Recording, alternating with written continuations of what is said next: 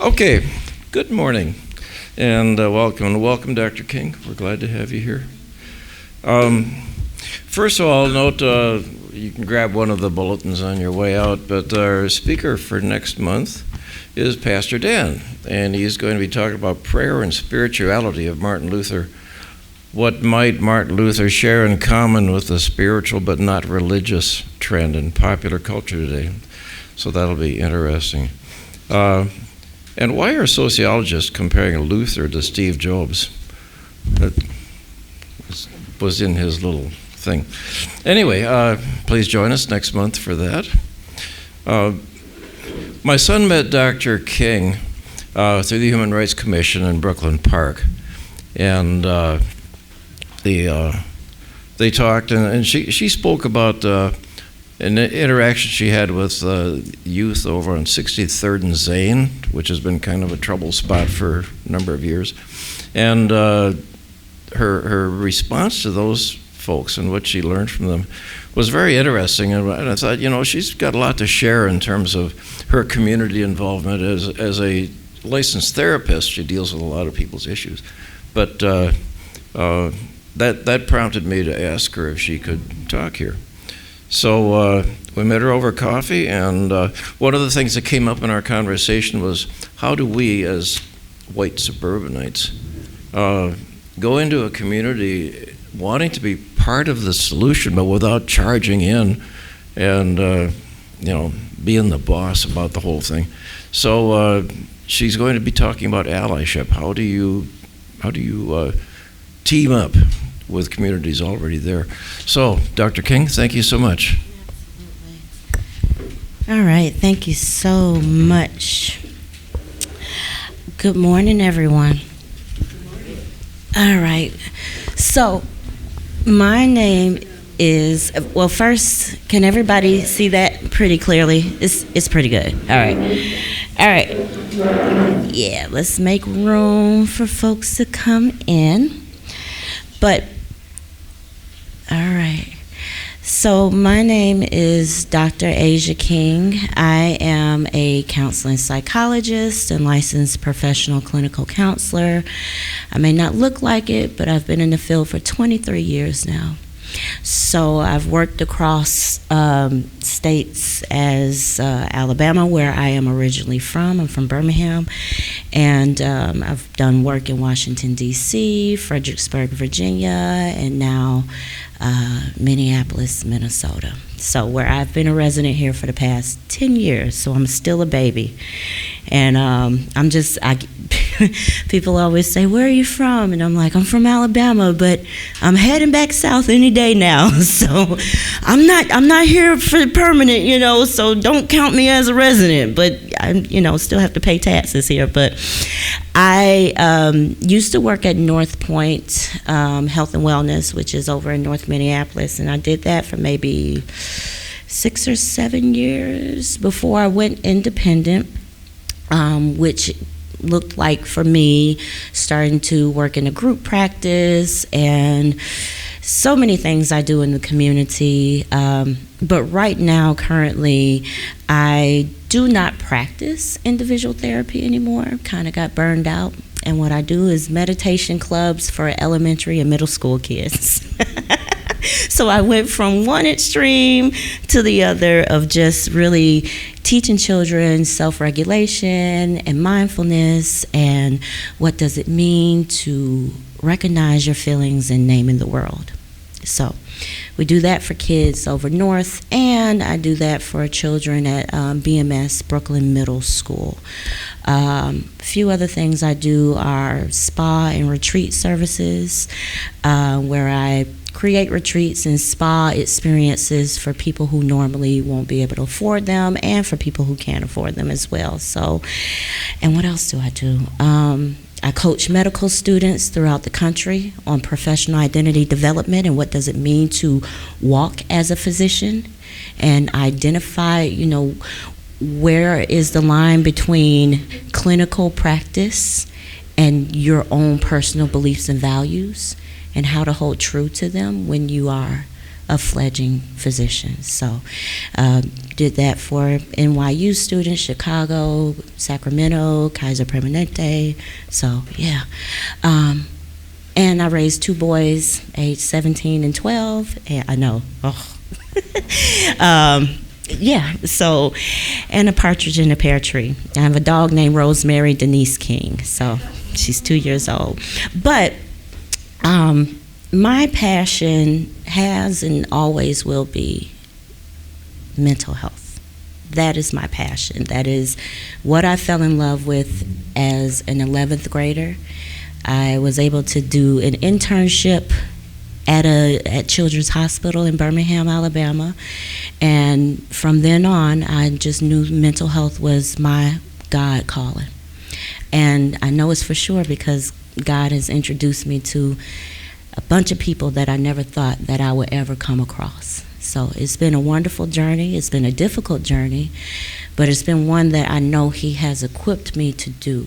So I take it very seriously when we talk about mental health, allyship, and knowing where we are in the world with all of it. Okay? Having seen literally thousands, so 23 years in mental health, I've literally met thousands of people. You have to have 4,000 hours just to get licensed in Minnesota.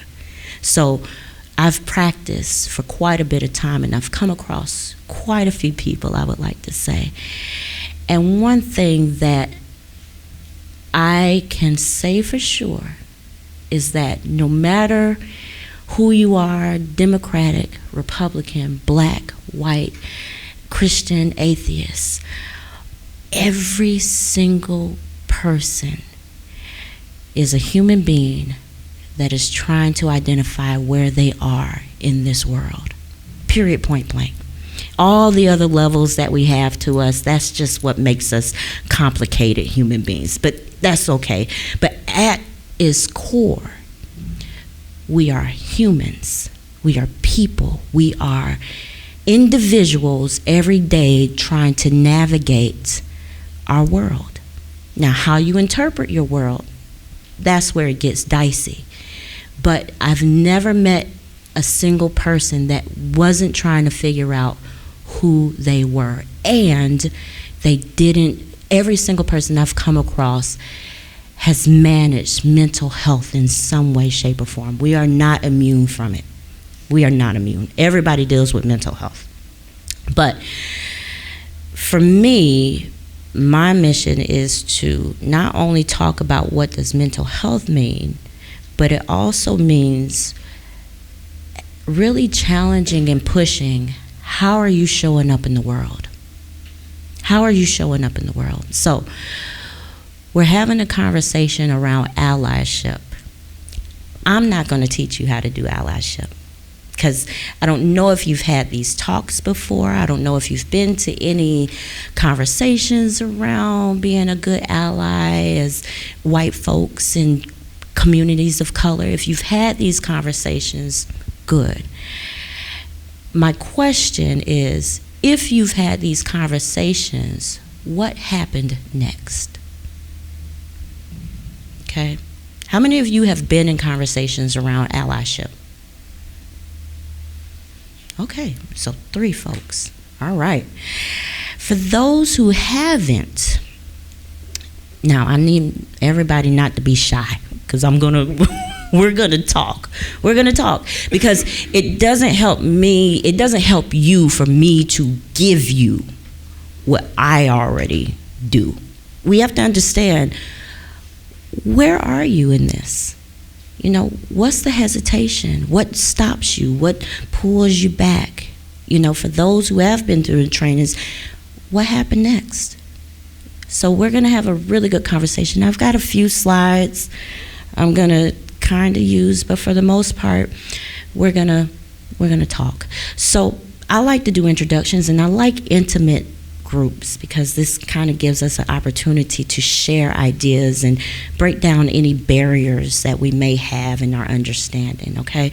Because first key to allyship is breaking down barriers and biases and any stereotypes and misconceptions we may have. And the first thing that has to happen in order to do that is conversation, for us to talk, okay? So I want you to introduce yourself, your name, how long have you been a member, and what does allyship mean to you? Okay, just briefly. So your name, how long have you been a member, and what does allyship mean to you? Okay? So my name is Dr. Asia King. I am not a member, and allyship means to me partnership with an extension of being taught and being guided and being molded to what you need to be for the cause. So that's what it kind of means to me. According to Webster, Oxford Language Dictionary says allyship is a noun and is an active support for the rights of a minority or marginalized group without being a member of it. Okay? So active support for the rights of a minority or marginalized group without being a member of it. So if we think about Ukraine, right? We're not part of Ukraine, but we are definitely what? Allies, right? And what are we fighting for? Their rights. To be an independent state, to be free from tyranny, right? So we're sending a lot of money, a lot of us, we're supporting, right? So what does allyship look like in our community? What does it look like to you?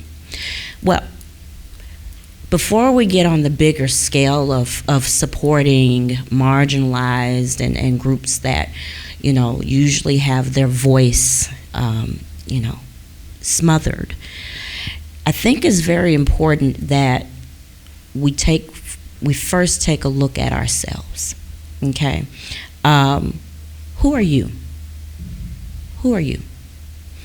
Question I have in the back is, how are you experiencing life right now? And just kind of think about that. When we think about allyship, you know, you're thinking about supporting people who normally don't have a voice, they normally don't have power, they normally don't have any means to make things happen. But who are you? How do you see yourself in that work? How do you see yourself compared to people who do not have as much as you, or who have struggled as a group? And that identity piece is so key. You know, people usually want me to come and talk about how do we do it as a group, and that's well and good. But what I find is that, where is your heart connection to it? Where is the heart connection? So when I say terms like North Minneapolis, what's everybody's first thought? Gunshots. Say what? Not safe. Not safe. Food desert. Food desert. Car thefts. Car thefts. What else? Throw them out there. Throw them out there. There's Educational needs. educational needs. Yep. What else? Poverty. Great arts. Great art. Okay. What else? North Minneapolis. Greg Owens. Say what? Greg Owens. Greg Owens. Okay, Greg Owens. Underemployment. Underemployment. Vibrant community. Vibrant community. Okay. Started out there. Started out there. Racially mixed. Racially mixed. All right. So notice, what do you all notice when I said North? What did you notice in some of the responses when I said North Minneapolis? Negative.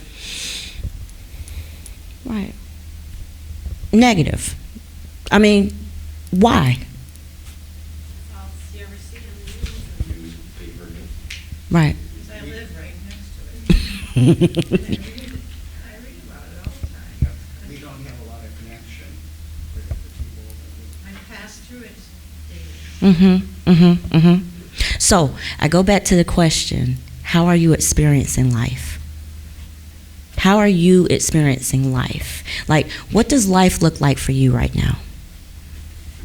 How many of you, and you say show of hands, how many of you feel safe in your community? Okay. How many of you enjoy beautiful, vibrant, clean spaces? Okay. How many of you have access to nice, luxurious, mid-scale shopping? Okay. How many of you have a 2-income household? Or your income is rarely decent. You would say you have a decent income. You're not on the verge of homelessness. Okay. Money, I mean, we all could use more money. I don't know a person who couldn't use more money. But you're comfortable. Okay. How many of you have a fridge full of food? And with leftovers, right? Yeah. So I go back to the question, how are you experiencing life? Pretty good. Pretty good. Not to say it doesn't have its hiccups, right? It has its hiccups, as life does. Life is about joy and suffering, rinse and repeat. And we learn how to live, and we live to learn, right? But when you're thinking about your own experience, you're comfortable. Things are good. Jobs are well. You might have retired. You're probably still in your workforce. Overall, life is good. It feels good. That's okay. So why does it matter? Why do their issues matter to you? It's not your life. Values. Tell me more. Well, if you value justice for all, you feel so fortunate, and it's very uncomfortable to me that everybody can't have the same because of reasons that are not to do with them, Not that they're not trying. Right. It's not that they're, trying to be safer or whatever. I know when I have breakfast every day when I leave my house to go to work, I can't say that of my students. I can't say that. I have to show up with food for my students because they don't have that opportunity. So I know every day when I walk in, when they're not doing well, most of the time it's because they haven't eaten. Right. Yep. Or Absolutely. they've eaten the wrong food. Right. We have to solve these things if we want to continue to have pretty nice life. I mean, we need to, maybe ours need to come down and theirs need to come up. But it's our future, it's their future and our future.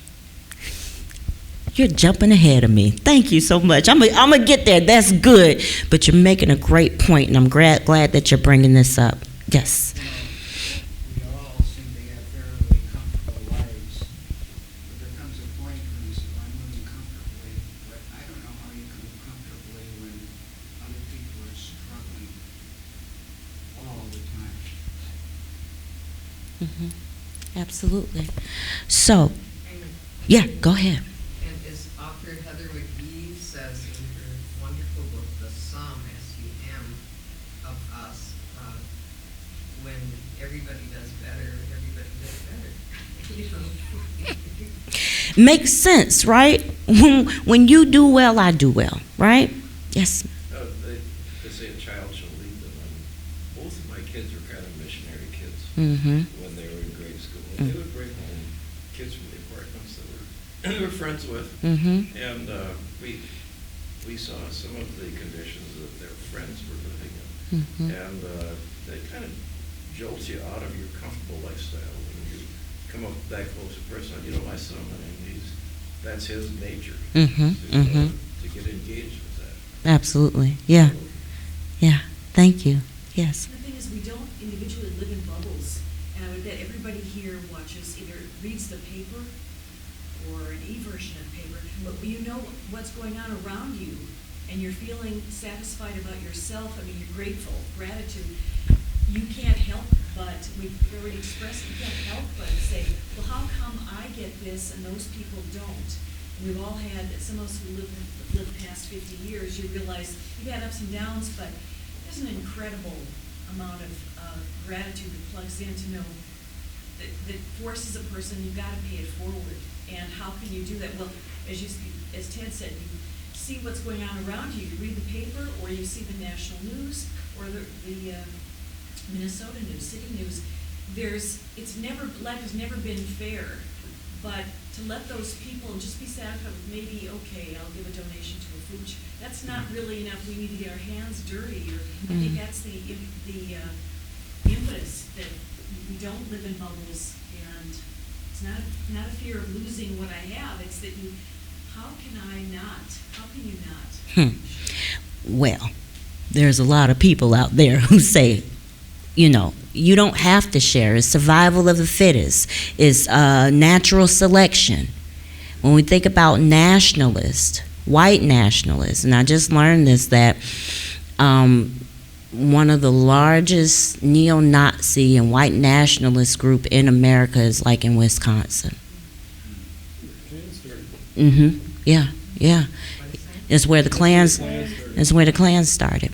Now, I'm from Birmingham, Alabama. The Klan is sprinkled throughout the counties. In fact, after Trump got elected, our so kind local Ku Klux Klan members handed out brochures to join. So, what we're saying makes sense. But if that makes sense, that we need each other, we're not one without each other, you matter, your survival matters to me. I mean, if that is what we're saying, then why doesn't everybody subscribe to that? And that's why it's so important that you have to understand, where do you stand in this? Because so many times people want to do allyship and want to be a partner, but you're on the cusp. Because, you show your hands if you like or not, but do all of your friends and family think like this? If you were to really, and for my older population, 50, 60, 70, think about the conversations that you've had with family, friends, co-workers, church members about those people. Right? Think about your parents and your grandparents. So when I'm talking to white folks about allyship, I have to help get you to stretch back into, this may be where you are now, understanding why it does matter, but how did you get there? Was it because of your mom and dad? Was it because of their parents? Did you have to fight the narrative that those people were different than us?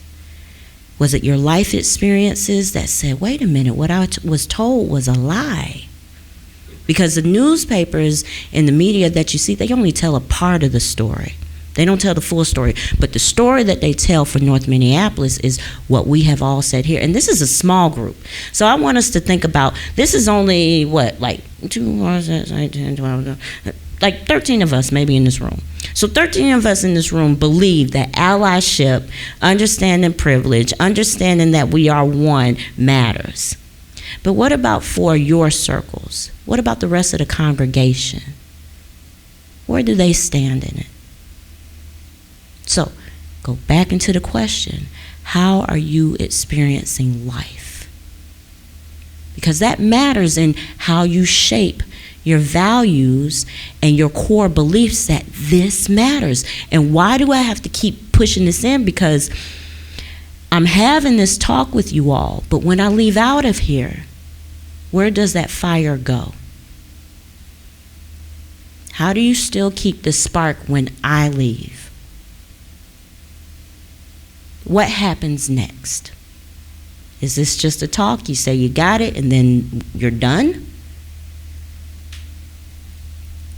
Yes, ma'am. So I have been, the last few years, I have two close friends who it's been really hard because every time we try to talk, things are said so anyway. Nope. I talk with my helpers and just recently I was talking with her and she said, I was like, I don't know, do I end this friendship? Like I'm just so frustrated, and yet she's a dear friend. And I said, this is where your work is. This is where you need to do your work with allyship and with what you're frustrated with. Mm-hmm. And yet it's so hard and emotional and challenging. And I just kind of want to I don't want to throw it all away, but it's just so hard and scary. And it's just tension and anger, and it's just, it's just all this emotion. But it really helped me. She's like, go with compassion, go with love, show her the way, show her by what you just said. Right. Know who you are, know what you're trying to do, but it's hard. Right. No, I'm glad that you brought that up. One thing you said was, it's scary.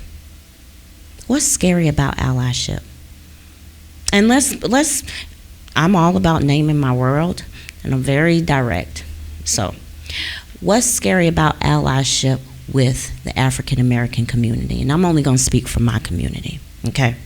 So, what is scary about allyship?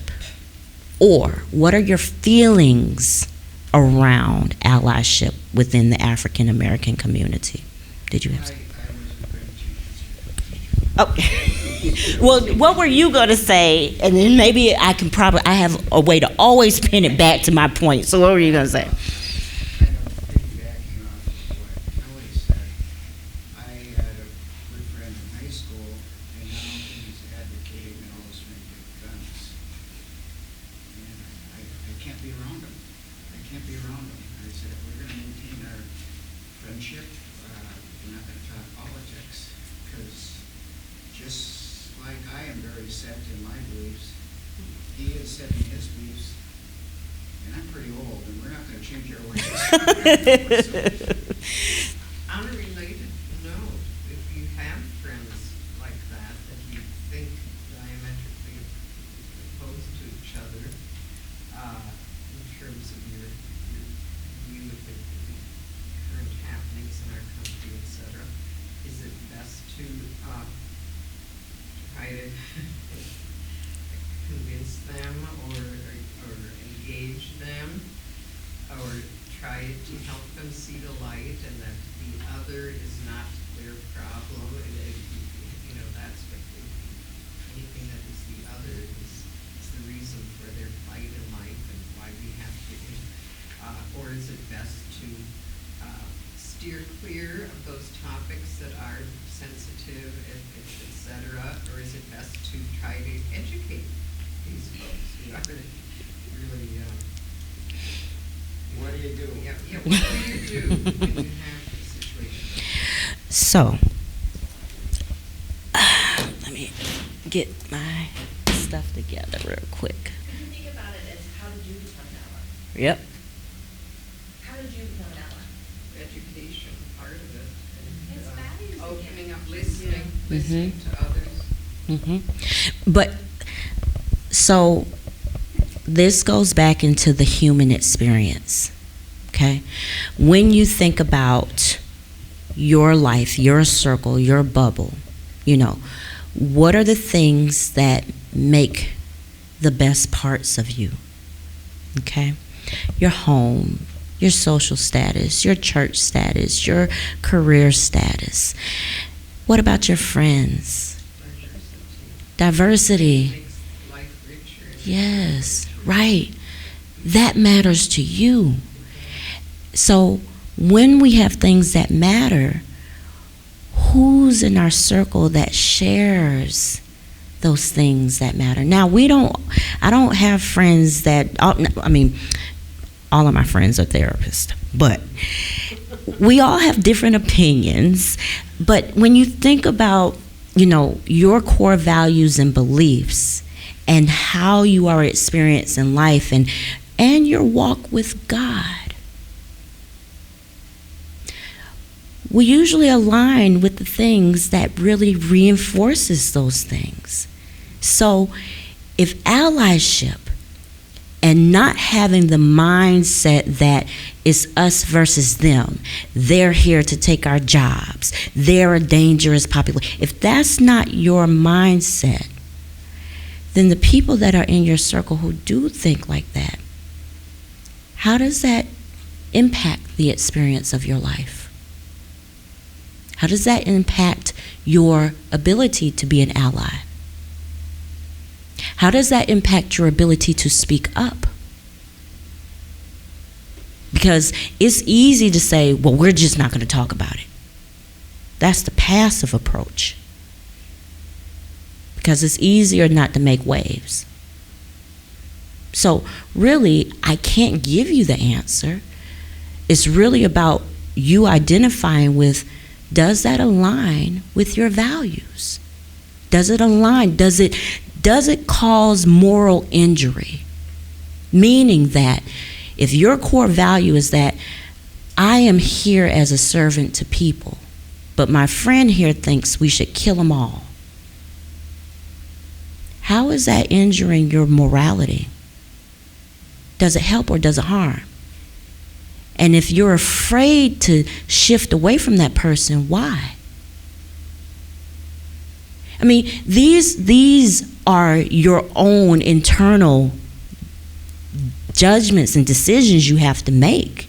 Do you hold on to toxic relationships that are about not being partners with other people in the community? And if you have that, why are you holding on to that? So she had her hand up real quick, and then I'll talk to you. Yep. It's so stressful. So much tension when you bump up next to somebody like that. The thing, and we were just on vacation with my husband's friend from grade school. My husband's 72, so this guy's 72. And I don't know how it came up, but I think it was about COVID numbers. And this guy started out by saying something at the dinner. Oh, you know, more than half the numbers of people who were listed as COVID deaths. Really, they had something else going on, and it was just easy to. He's COVID denier. Blew my mind, and I have to calm down because.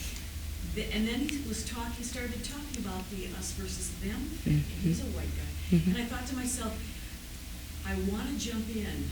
You know, martinis aside, I want to jump in and say something, but I don't want to appear. Because my personal thing through my life, history was important to me, studying history. That's why I kept going with it. And people who don't have historical context to know what's going on, don't know what happened in Russia in the 20th century, don't know about Black history, don't know about Jim Crow, any of these things, I get crazy. But then I'm going to be coming off as condescending, like, well, don't you? So I don't want to throw facts at them because they're beyond that. So it's the stress of trying to be compassionate, be part of it, without just saying, would you get a freaking history book and read it? You know, why are you, yeah. Right. No, and you're absolutely right, because I'm not, by no means, I'm not saying let's cut off all of our loved ones who still believe that maybe Jim Crow laws were probably a good thing, or segregation now, segregation forever. Like, I'm not saying you have to cut off people, but I just want you to think about whatever you're around, that does start to spill in you a little bit. Can you use your voice to try to make an inroad into that person? Only if they're listening. It doesn't do any good to talk if they're not listening. Then what? If Well, you just disagree and go on. Keep and a say, superficial friendship with them, or what? You know, the phrase that comes to mind, agree to disagree, and that's a cop-out in some ways. But if you value the friendship, it's what you have to do. You have to accommodate a little bit. Doesn't mean you give up your own values and mores. Sometimes asking questions too, I think, to make them actually say the thing. Like, instead of telling them, like, asking, or like I kind of try to do a parallel approach, and I just keep saying, but I try to do it really gentle and just.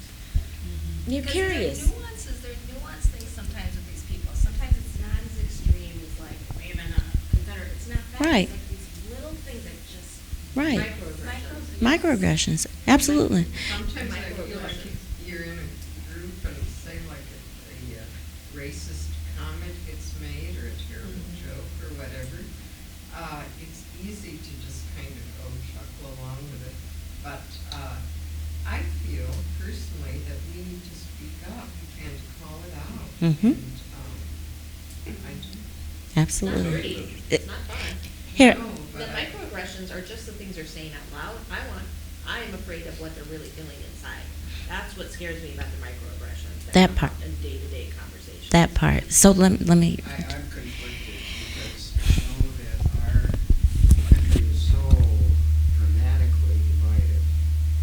And they're saying somehow you have to be civil or find some sort of consensus with people who have other views to maybe get us to be less contentious with each other. And then I run into these people that are so diametrically opposed to me that I can't do that. So yeah, I mean, we have extremes. You know, anything at life is extreme. You know, you can have an extreme cheeseburger to a regular cheeseburger to the just right cheeseburger. It's almost like life to me is like the Goldilocks and the Three Bears. You know, it's too much, it's too little, and sometimes it's just right. Right? And that's with anything in life. That's with anything in life. And so when you're thinking about, you know, your allyship and the relationships that you have in the community with your family and friends, yes, it can be contentious. No, we don't have to cut everybody off. But what does happen is that you have to be super mindful as to what gets inside of you. You know, that racist joke. Oh, Bill, you're so... But that sticks with you. And you kind of think about it, and behind every joke, people feel like there's some truth. So when we are with people and we are talking about, you know, our responsibility to each other, and that's the other piece too. Do you feel responsible for other people? Or are you just, it's me, myself, and I? Everybody has to eat on their own, a dog-eat-dog world. I used to, when I was in Birmingham, I used to be a drug and alcohol counselor. And we had co-ed housing, and we would get a lot of people from prison that we were like their halfway house, right? And so we would get guys from out of prison that done 10, 15, 25 years in prison, really long-term stints. And we would get black, white, everybody would come. And the most interesting people that I ever met in those spaces were neo-Nazis. Neo-Nazis. We would have neo-Nazis, Aryan Nation, Brotherhood. And so they'd come in, and federal marshal would drop them off, and I would take them, I would do the intake. So where are you from? And, you know, and one thing about it was that they were always polite. They were always, yes, ma'am. No, ma'am. Sir, do you want to? No. Miss King, where's the water? Where's my? Always sweet. Never disrespectful. But of course, I held the key, right? Because I would always have to report back to their probation officer. But there would be times when I would have to do room checks. So you're checking to see if there's any paraphernalia, any drugs or anything like that. And you would come across letters. I would come across letters. And, you know, we had a right to read them because we had to make sure that, you know, things were on the up and up. And I remember this one letter. And the guy was like, hey, brother, you know, I hope you're doing well on a free outside. And, you know, he was just kind of encouraging him to keep the mission going of keeping the purity of whiteness. And while you're out, make sure that you don't mess with any mixed girls, and make sure that you're reading your literature, and make sure, and it's all these directions on how to keep a pure white race and how to make sure that if anybody gets in his way, ways to maneuver around that so that he can hold power, because that's his birth-given right. I gently folded the letter and I put it back. I said, all right, Mr. Nelson, your room is good to go. Now, I could have been a complete jerk, made up some nonsense, with this probation officer. But when I think about, how do we deal with people who are vile inside, have hate, hurt, anger? My profession has taught me that no matter who walks through the door, they're all God's children. And they all deserve the same respect, whether they give it to me or not, with love, kindness, and compassion. And how do you do that for somebody that hates me? I know you hate me. You think I should die. And if you could get away with it, you would probably kill me. But yet, I can soften my heart enough to make sure that your bed is warm, your sheets are clean, make sure you come to child time on time, right? So when you're thinking about the people that are making the racist jokes or see the them versus them and have the guns, you can still show up with kindness, compassion, and care. Doesn't mean I agree, but it doesn't mean I meet evil for evil. Because when you keep your insides pure, that's what helps you to show up as an ally, because you can then step into communities that need the support and be able to show the same kindness, care, and compassion, and be able to speak to what are you experiencing with your friends and family that aren't quite there yet. Now, if they are really just like pure white, everybody, then you have to kind of question your morals. Like, what are you really getting out of that friendship if that's really where they stand? Like, what is that? But if they're kind of on the cusp, or really that's just who they are, do you need to cut them off? Or do you need to build boundaries around the conversation? What do you need to make sure that you can still love them, but their ideas don't seep into your spirit? And that's a huge piece with allyship. How do you make sure that you're fighting against the narrative? So even though we know that, we don't know, we think we know about North Minneapolis as being dangerous, what's the truth? I heard there's beautiful art. What else is true about North Minneapolis? What do we know to be true? Somebody share. Vibrant community, beautiful art.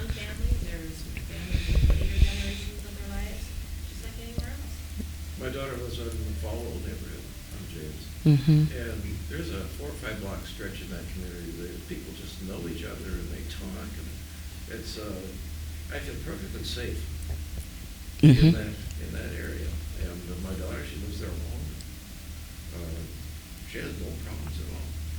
So there are areas that are safe. The parents of the children that are causing a lot of the crimes, they are just as worried as every other parent Mm-hmm. is about their risk of harm. Mm-hmm. And I've seen and read about a number of community active groups that have policed their blocks Mhm. and created outside fairs and block off Plymouth Avenue Mhm. for events in the summer and do food distributions. Mhm. They are incredible active people.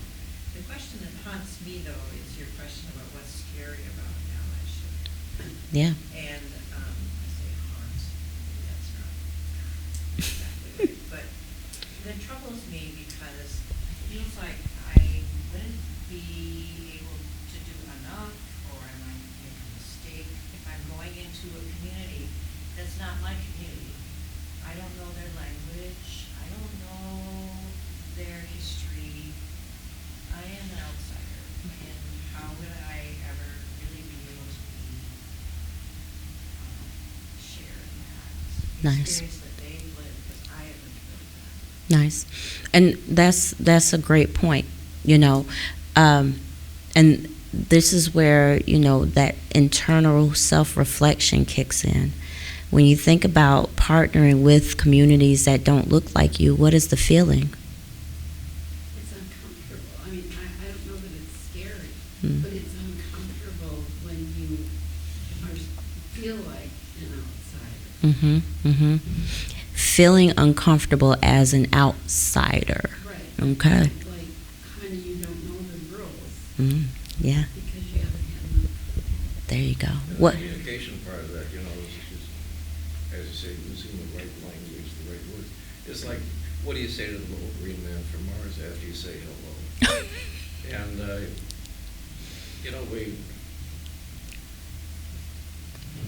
we don't have a cultural context to be able to communicate the way we like. Mm. And we're afraid we're going to say the wrong thing and offend.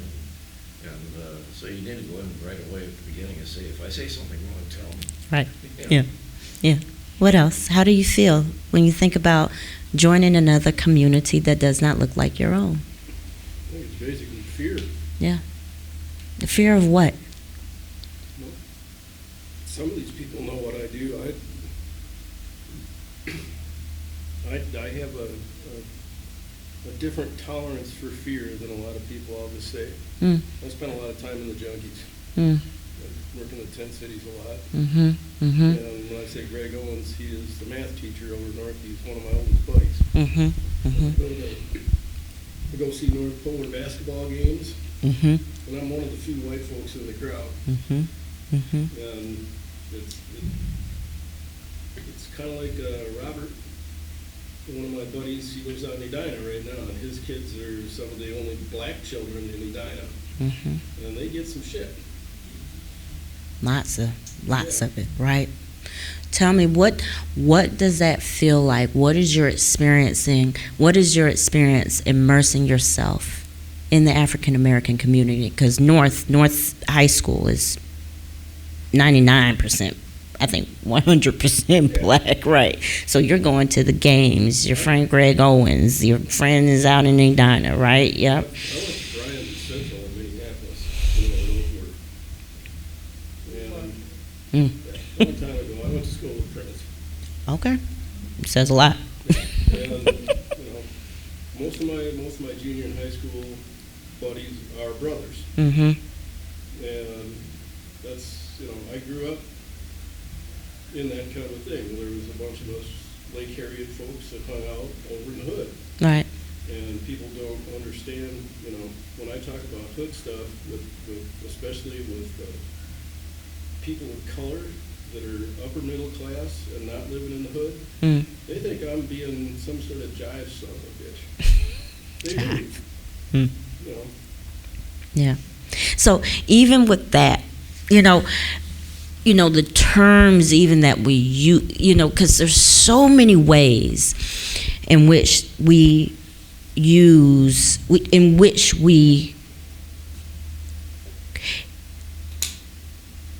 which power and privilege was created to make sure that populations stay marginalized. Okay. And all of this was systematic. And like you said, history is so important. You have to understand that the statehood of African Americans did not come about just because it just came about. Literally in the law books. I mean, even now, if you look into a program called Just Deeds, it's a Minneapolis program, and Just Deeds looks into the redlining. Okay, redlining is where they intentionally said, okay, this part is North Minneapolis, and we're going to house every African American that is low, busted, and disgusted in this area. There might be a few pockets, but for the most part, the conditions and the way North Minneapolis and some major parts and how it has deteriorated was on purpose. That's redlining. Yeah. Okay, let me wrap up a little bit. Let me, because this is good conversation. This is really good. See, I was like, oh man, we're not going to be able to do this now. But look up Just Deeds. And Just Deeds goes into even the language. You are not to give your property to a Jew, a Negro, blah, blah, blah, blah, blah. Right? So Just Deeds is now trying to find those deeds in Brooklyn, and especially in Brooklyn Park, trying to find those deeds that still has that language and encouraging mortgage companies or whatever to change the language around. Is that in Brooklyn Center also? It's throughout the city, but they did a presentation for Brooklyn Park on how they're doing the work out there, because there's like over 100 properties that still have the language of you can't sell to a Negro. I had our house in Golden Valley. I actually was able to get that done and changed in Golden Valley. You see what I'm saying? I bet you it's a heck of a lot more than what you're talking Oh, about. 'Cause this- I live in an area, and you know Carol Latowski? No, mm-mm. She's one of the people who runs Just Deeds. Oh, yeah, okay, she might have been the one that gave us the presentation, yeah. But a lot in my neighborhood, half the houses had covenants. Right. So I say all that to say, I mean, that's just housing. You have to understand the history that the condition of African Americans didn't just happen. And let me make sure I hit this before we end. A lot of African Americans aren't poverty stricken. We are not a poverty stricken folk. We are survivors, we are resilient. We actually have a lot of us that graduate with advanced degrees and own houses. Like, we are a vibrant community. But when you look at the news, you only see a black man's face. You only see a black girl. You only see blackness associated with bad. It's different in the north than the south, I think, as well. There's more prosperity, I think, in the black community, because there's a greater cohort.